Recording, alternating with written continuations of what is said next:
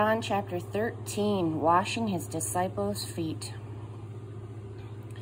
Just before the Passover feast, Jesus knew that the time had come to leave this world, to go to the Father.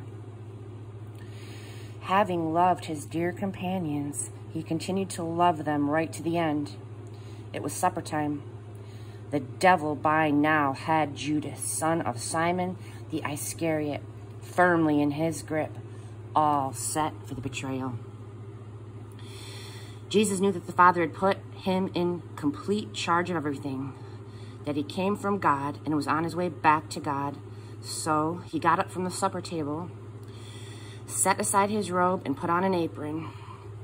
Then he poured water into a basin and began to wash the feet of the disciples, drying them with his apron. When he got to Simon Peter, Peter said, "Master, you wash my feet?" Jesus answered, "You don't understand now what I'm doing, but it will be clear enough to you later."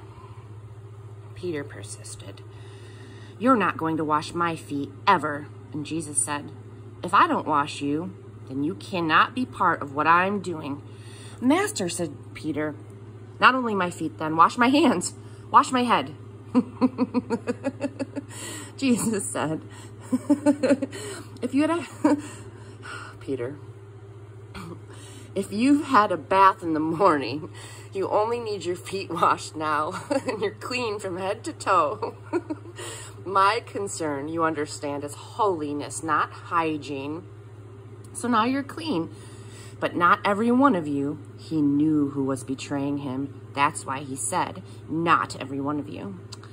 After he had finished washing their feet, he took his robe, put it back on, and went back to his place at the table. And then he said, "Do you understand what I have done to you? You address me as teacher and master, and rightly so, because that's what I am. So if I, the master and teacher, washed your feet, you must now wash each other's feet. I've laid down a pattern for you. What I've done, you do. I'm only pointing out the obvious. A servant is not ranked above his master, and an employee doesn't give orders to the employer. If you understand what I'm telling you, act like it and live a blessed life. The one who ate bread at my table. I'm not including all of you in this. I know precisely whom I've selected, so as not to interfere with the fulfillment of this scripture. The one who ate bread at my table turned on his heel against me. I'm telling you all this ahead of time so that when it happens to you, you believe that I am who I say I am. Make sure you get this right. Receiving someone I send is the same as receiving me, just as receiving me is the same as receiving the one who sent me. After he had said these things, Jesus became visibly upset. And then he told them why. One of you is going to betray me. The disciples looked around at one another, wondering who on earth he was talking about. One of the disciples, the one Jesus loved dearly, was reclining against him, his head on his shoulder. Peter, that's John, the one whom Jesus loved. Peter motioned to him to ask who Jesus might be talking about. So being the closest, he said, "Master, who?" Jesus said, "The one to whom I give this crust of bread after I've dipped it." Then he dipped the crust and gave it to Judas, son of Simon the Iscariot. As soon as the bread was in his hand, Satan entered him. "What you must do," said Jesus, do it and get it over with. No one around the supper table knew why he said this to him. Some thought that since Judas was their treasurer, Jesus was telling him to buy what they needed for the feast, or that he should give something to the poor. Judas, with the piece of bread, left. It was night. A new command. When he had left, Jesus said, "Now the Son of Man is seen for who he is, and God seen for who he is in him. The moment God is seen in him, God's glory will be on display. In glorifying him, he himself is glorified. Glory all around. Children, I am with you for only a short time longer. You're going to look high and low for me, but just as I told the Jews, I'm telling you, where I go, you're not able to come. Let me give you a new command. Love one another in the same way I loved you. Even love one another. This is how everyone will recognize that you are my disciples, when they see the love that you have for each other. Simon Peter asked, Master, just where are you going? Jesus answered, You can't now follow me where I'm going. You will follow later. Master, said Peter, why can't I follow you? I'll lay down my life for you. Really? You'll lay down your life for me? The truth is, before the rooster crows, you'll deny me 3 times. Chapter 14, the road. Don't let this throw you. You trust God, don't you? Trust me. There's plenty of room for you in my Father's home. If that weren't so, would I have told you that I'm on my way to get a room ready for you?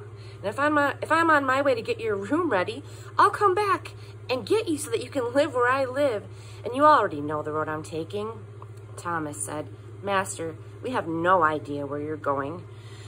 How do you expect us to know the road? Jesus said, I am the road, also the truth, also the life. No one gets to the Father apart from me. If you really knew me, you would know that my Father as well. If you really knew me, you would know my Father as well. From now on, you do know him. You've even seen him. Philip said, Master, show us the Father, then we'll be content. You've been with me all this time, Philip, and you still don't understand.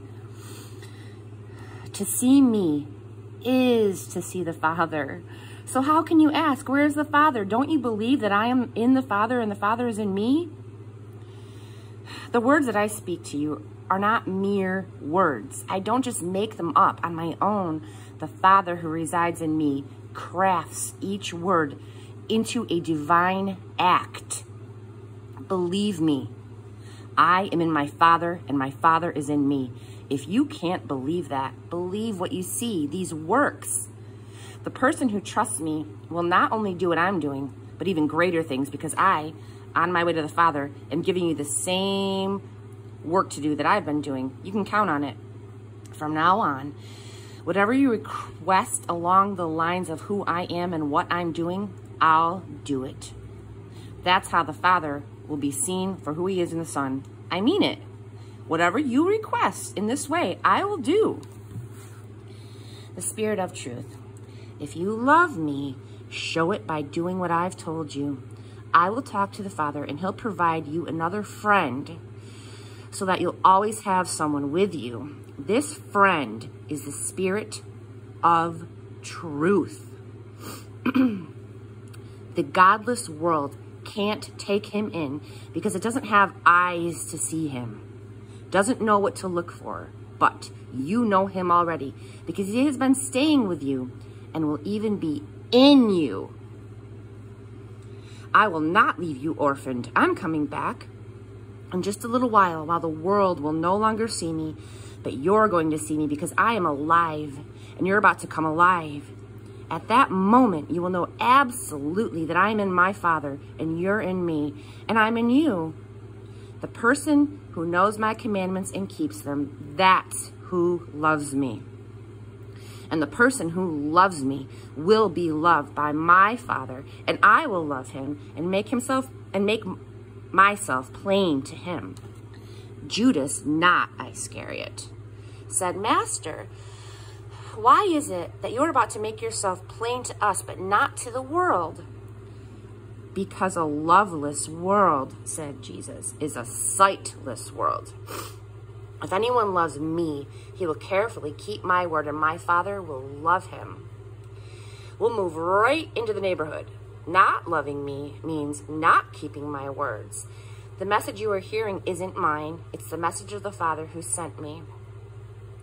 I am telling you these things while I am still living with you. The friend, the Holy Spirit, whom the Father will send at my request, will make everything plain to you. He will remind you of all things I have told you. I am leaving you well and whole. That's my parting gift to you. Peace. I don't leave you the way you're used to being left, feeling abandoned and bereft. So don't be upset and don't be distraught.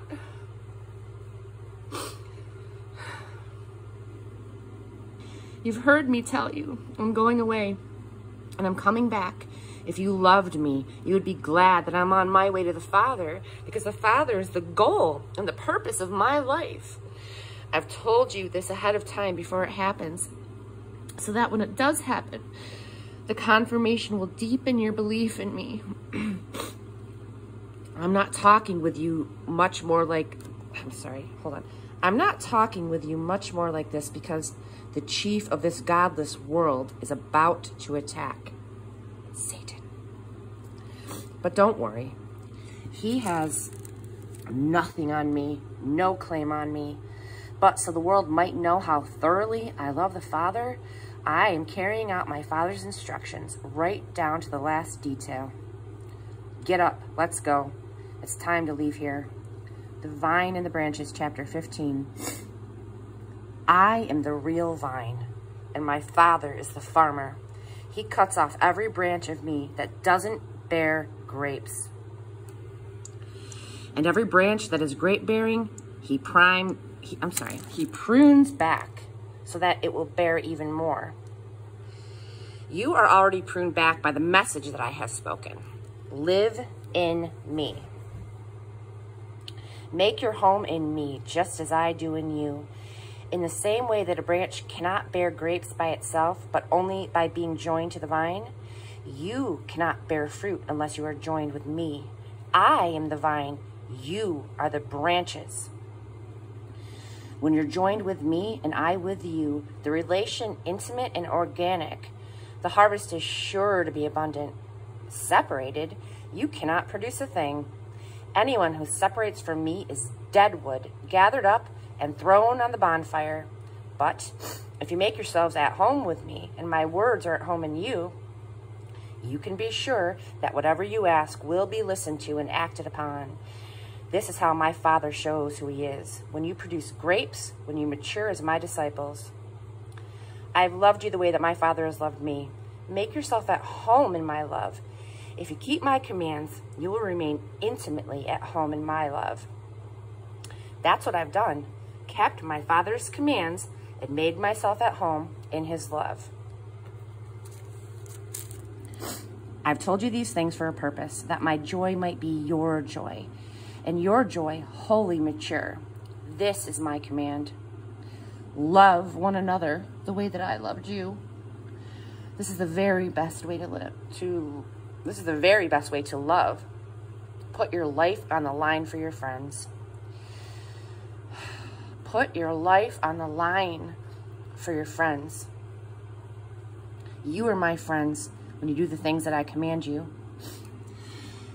I am no longer calling you servants because servants don't understand what their master is thinking and planning. No, I've named you friends because I've let you in on everything that I've heard from the Father. You didn't choose me, remember? I chose you and put you in the world to bear fruit that won't spoil. And as fruit bearers, whatever you ask the Father in relation to me, he gives you. But remember the root command, love one another, hated by the world. If you find the godless world is hating you, remember, it got its start hating me. If you lived on the world's terms, the world would love you as one of its own. But since I picked you to live on God's terms and no longer on the world's terms, the world is going to hate you. When that happens, remember this.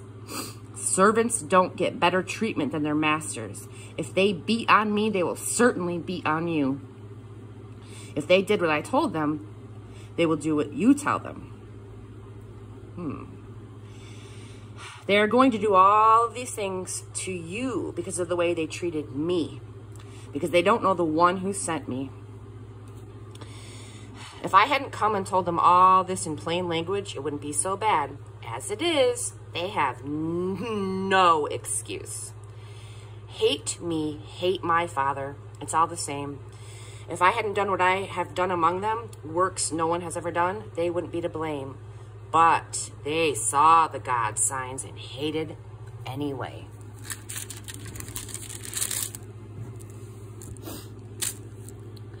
Both me and my Father. Interesting. They have verified the truth of their own scriptures where it is written, they hated me for no good reason. When the friend I plan to send to you from the Father comes, the Spirit of truth issuing from the Father, he will confirm everything about me. You too, from your side, must give your confirming evidence since you are in this with me from the start. There we go. We've read 3 chapters. We're up to chapter 16 in John. Have a wonderful Saturday.